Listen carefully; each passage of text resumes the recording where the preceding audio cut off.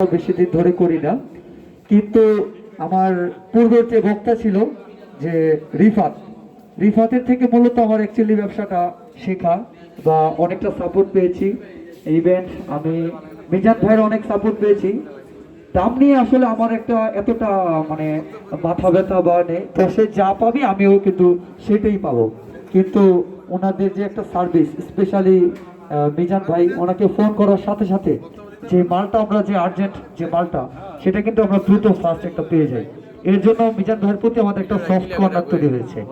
আর আরেকটা কমপ্লেন সেটা হচ্ছে আমরা অনেক সময় এই যে আমি এখানে যখন আপনাদের প্রোগ্রামে অ্যাটেন্ড করলাম তখন আমার এক দোকান থেকে একটা ফোন আসছে যে যে স্যার যে বিষয়টা বলেছে যে যে রিংটা থাকে আর কি বোতলের মুখের মধ্যে যে রিংটা, এটা কিন্তু অলরেডি একটা ব্লাস্ট হয়েছে।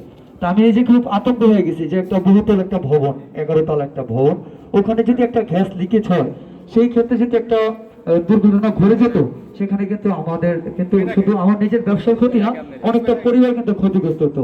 অতএব বিশেষ করে আমি স্যারকে একটু রিকোয়েস্ট করব নেক্সট ইয়ার থেকে যে বোর্ড থেকে যে বোতলগুলো আপনার ইয়া হবে মানে ইন হবে বের হবে সেগুলোর যে রিংগুলো আর কি বোতলের মুখে যে রিংগুলো সেগুলো যেন একটু ভালো মানের কোয়ালিটি করা হয় যাতে আমাদের জন্য কোনো রিস্কই না থাকে।